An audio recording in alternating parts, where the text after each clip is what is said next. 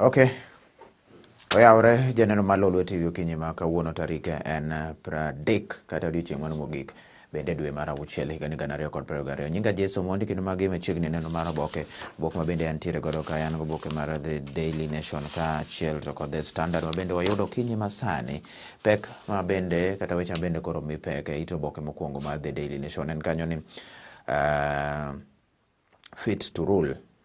Fit to rule, mano question kata penjo ma bende koro penji bon tipo mar Raila Amolo Odinga ka achiel to kod Martha Wangari Karua ma bende nitiere kae. Machielo bende mwadhi yudo ma oket pichani matin ka to nitiere iye bende ite mar ang'wen wadhi yudo kanyo IBC bows to pressure on manual register kata ni bende koro gigo bar gi piny ni tere kaka gidhi tiyo to kod manual register kata mano ma register mane tiyo godo chon kopogore gi manyasani mane gidwaro.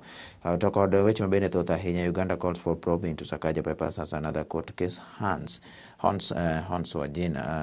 Wavinya mago weche go mago mag digri mar Sakaja ka achiel to kod Sakaja to kod Wavinya. The Standard bende nitie revealed Uhuru's Dubai port deal kata weche go ma bende koro iwacho ni wach mag port mopogore opogore wadhi nyisi kae Mombasa, Lamu kachiel kod Naivasha gi Kisumu bende ma bende koro iwacho ni nitiere weche moko ma bende koro nitiere nyisi ni to gin jomage ma bende koro kwachako gi mano revealed Uhuru's Dubai port deal.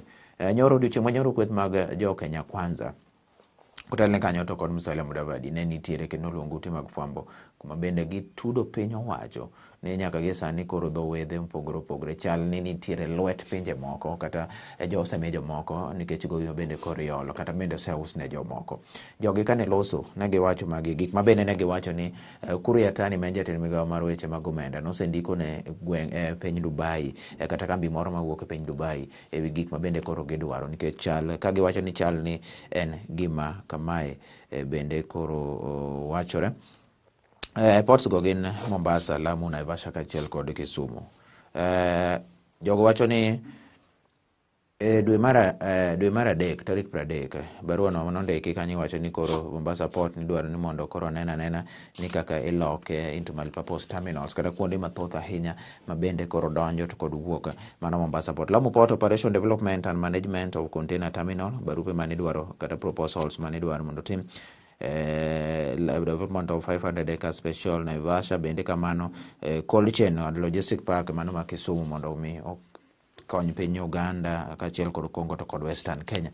Gin weche mabe nitiere kae ma gin ite go nitie mathoth ahinya miyo koro mano ywak mane giwacho ni koro giwacho ni dho wedhe ni e lwet jomoko en gima oseusi obong'e adiere mano kata kamano Attorney bende wacho ni we are not giving away the ports, it is just an expression of interest to partner together to create jobs and opportunities for people. Mano kaka Attorney nowacho ni onge gimoro nousi en mane ni koro oda tudore to kod joket mwandu mondo mi koro kel tije mathoth ahinya ok ni koro ni omige ni giyar kata giket ang'o mondo mano odogne. Gibo somo ote kae widows grief suicide shine light on police mental health struggle bong'e weche mago mag tuoche mag obwongo ma bende en achiedh nade ahinya.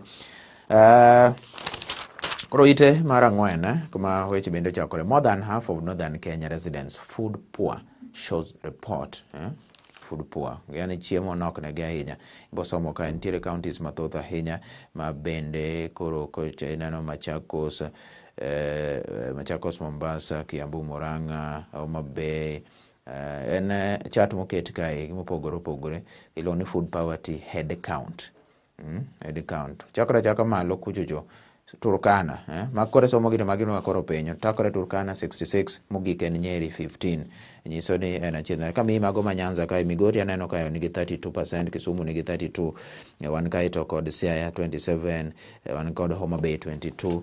Ok gin rach ahinya weche mag chiemo. Wanjigi has ask court to buy BC from printing ballot papers. Mani chalaro kom mar ker Jimmy Wanjigi gi otiko mar Safina nyaparo ni chot koro tame kaluwore kanyo ni nitiere Oboke ma bende nokochwalo makare en bende koro nodhi ka odwaro ni nochako dok e doho kata e daput mondo mi non wach ne gimomiyo notame koro dwaro ni mondo kik go chapa oboke go mago mag ombulu mondo mi koro nyaka non wach ne nikech nyaparo odiochieng' ma kawuono mogik ema koro idwa chak kete gazeti iluongo ni Oboke mar piny owacho ni to en ng'a ma idhi romo godo chieng' migo ombulu. Ibo somo Oboke no kanyo.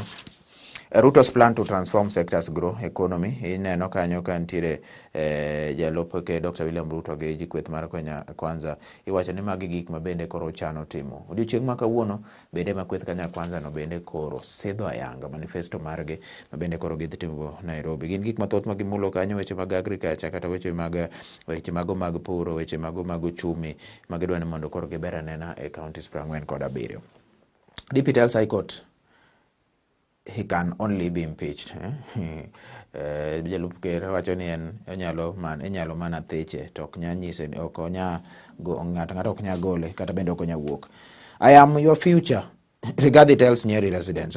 Mano Rigathi Gachagua ma en jalup William Ruto bende koro okwero jogo mabende koro timo jogo mabende koro pinge. New sheriff to crack down on Nakuru gangs. Inya paro jo maundu mabende theko Nakuru ka koro en gima ne jatend migawo mochung' ne weche mag arita kwe mano Fred Matiang'i to kod jotelo mag obila e kidienje opogore nitiere kanyo. Miyo koro notim nyaka lokruok kama bende koro nokel jatend obila manyien. Jatend obila manyien ma bende koro nogol ka ne en OCPD Makasarani sani koro kendo nomede lemo kendo nobedo county commander ma iluongo ni Peter Mwanzo, county commander manyien ma Nakuru. Idwa ni mondo kedane na kod maundu makamano. Jatend obila British Kiraguri manicha ntiere Nakuru to koro dwok nyaka Vigilance House kata log tich mar migawo mar obila. Ruto and Raila disagree over IBC method to identify voters. Wacho kanyo ni koro weche mago mag fwenyo kata ng'aja gombulu bende koro ne nitie paro mopogore. Chieng' manyoro jolar kom ker ne ntiere nyima IBC kendo ne koro gikelo ywak mopogore. Wadhi ng'eyo nyaka ite mar boke mano mar The Daily Nation minja ni to gin ang'o gini. Kenya Kwanza query state deal with foreign firm on 3 ports. Mano ma wasewacho kanyo weche mag dho wedhe mabende koro gitudo godo. Iluongo kanyo nying Uhuru Kenyatta, Raila Amolo Odinga kod Joho ni matudore wach mar uso ports go. Ema yatani wacho kae ni our dream is to make huge economic zone in Lamu so that people dealing with imports from the hinterland as far as DRC or from within this country can find home in Lamu. Idwa ni mondo yare mondo mik obede kaka ports mamoko bende. Karwa's appeal to Nyanza just ensure 100% voter turnout.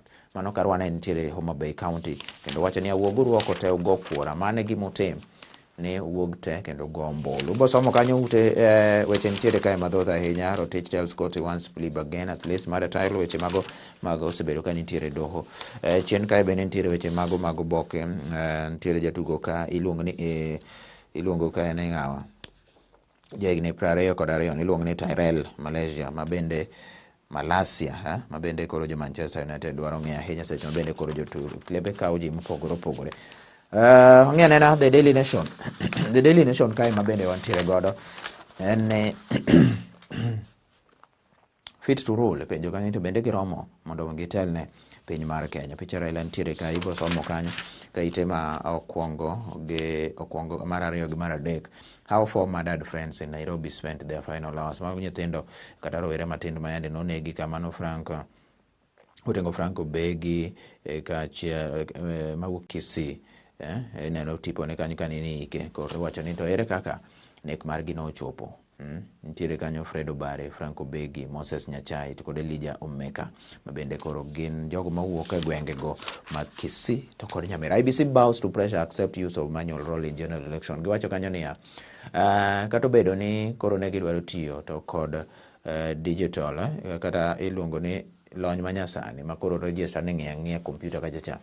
Koro jotelo bende laro ko mar ker ji 4 nowacho ni manual bende nyaka bedi. Kata kamano IBC koro yie ni manual gibiro tiyo go to mana kama koro machacha odhi ofail mar digital cha odhi ofail. Running mates win big as photos to appear on ballot. Nyalo paro ni koro oseng'eya ni running mates kata jogo bende koro gin jolup jolar kombe go gavana kaachiel kod ker gin ndiko mana nying gi picha gi onge. Wang' ni koro idhi ket picha gi mondo mi koro okel mor kata okel mijing'o moro ne jago ombulu. Mano gima bende koro ne oketi kanyo kendo koro dhi bedo maber ahinya ka koro jolar kom ker dhi neno gi jolup gi duto te. DP Ruto to unveil manifesto today. Mana senyisi kanyo ni koro odhi sidho manifesto mare kata gigo modwa ni obiotimne piny Kenya ponono ni koro bedo ker e pacho kai. Uganda probes Sakaja degree Ndeti case goes on to High Court. Wach mar Wavinya Ndeti bende koro laro kom mar gavana ma Machakos gotiko mar Wiper nitiere jagombolo manochako dok e doho kata bedo ni koro degree mare IBC nosewacho ni kare. Sakaja bende kata ni osewach ni kare. Koro piny owacho ma Uganda ema wacho ni gin ma koro gitimo nonro kendo gibiro chiwo report makare. Gisegolo chik kanyo moloto duolo mano mochung'ne Council of Higher Education piny Uganda kono.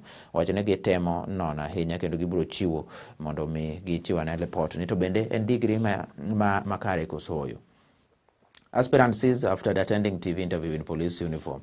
Nitiere miyo moro iluongo no omanyo kom mar women rep iluongo ni Monica Wamaitha Gitau ne odiochieng' manyoro e TV mari Nonro gokinyi kendo ne nitiere kanto rwako nanga obila koro okelo achiedh nade ahinya kendo koro nochuno mondo dhi make nikech okeno obila to rwako nanga mar obila kata kamane wacho ni en obila chon kendo no weyo tich gana 2011 koro kong'e ni tang'o mane timore omiyo norwak nanga obila kendo obila man gi nyota seche ma bende koro ni dayo dhoge en gima kolo penjo ma to nochakore nade to ere kaka bende no yiene modonjo kanyo nanga obila to ken obila no wuelo obila. Matiang'i overhaul security chiefs in Nakuru mid of worrying crime surge. Iwacho kanyo Matiang'i koro timo lokruok e telo migao e tend obila ma Nakuru kaka semika jacha nikech modwa keri kanyo to kod confirm gangs giluongore confirm mancho osebedo ka nego ji to ginego mana wakeini kata mon. Ida Karwando ngwae to launch new mother and child hospital in Kisii today.